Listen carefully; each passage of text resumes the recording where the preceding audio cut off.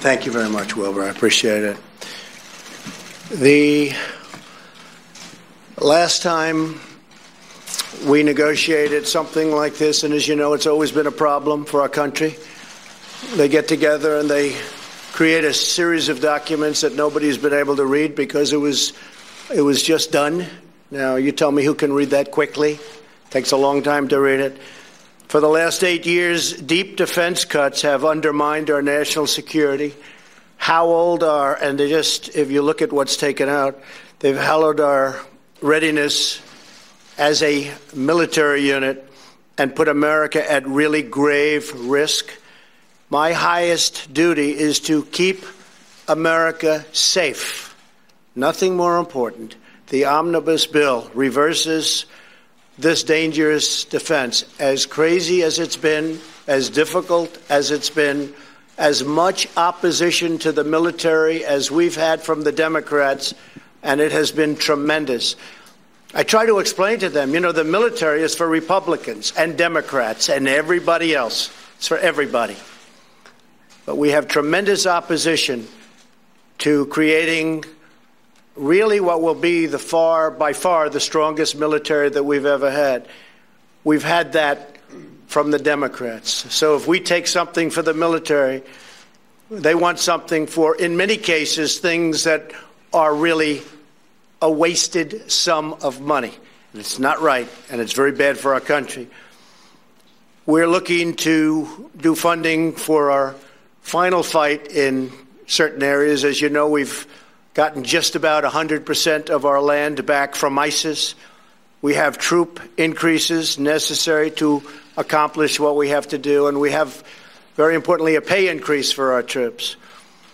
And this will be actually the largest pay increase for our incredible people in over a decade. It increases total defense spending by more than $60 billion from last year and funds the addition of critically needed ships, planes, helicopters, tanks, and submarines. We have submarines being built, the likes of which there's nothing anywhere in the world like the submarines we build. Our military equipment is the best equipment in the world. And one of the things you saw 2 days ago with Saudi Arabia and with other countries, Saudi Arabia, as an example, is buying hundreds of billions of dollars worth of our equipment.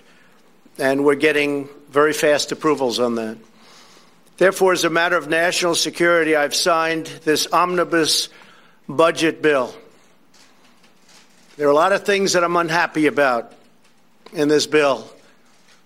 There are a lot of things that we shouldn't have had in this bill, but we were, in a sense, forced. If we want to build our military, we were forced to have. There are some things that we should have in the bill. But I say to Congress, I will never sign another bill like this again. I'm not going to do it again. Nobody read it.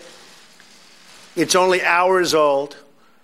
Some people don't even know what it is. $1.3 trillion. It's the second largest ever. President Obama signed one that was actually larger, which I'm sure he wasn't too happy with either. But in this case, it became so big because we need to take care of our military. And because the Democrats, who don't believe in that, added things that they wanted in order to get their votes.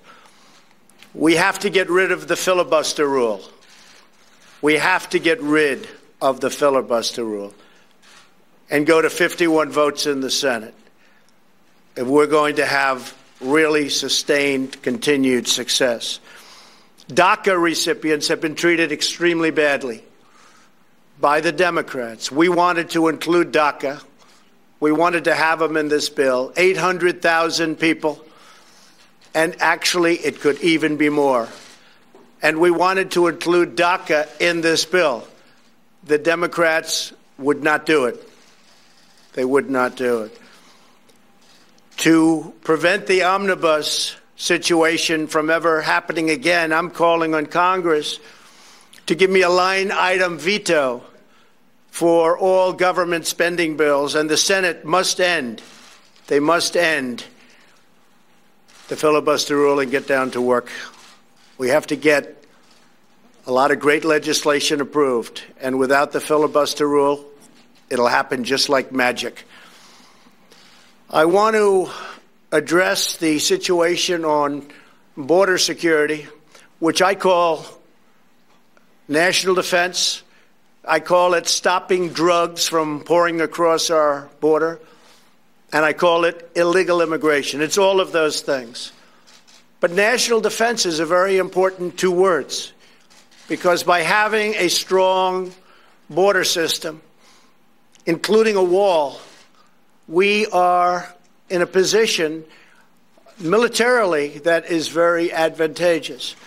And before I get off of that subject, I'd like to ask Secretary Mattis to talk about what we've accomplished in terms of the military, because there has never been anything like we've been able to do. Our military is very depleted, but it's rapidly getting better.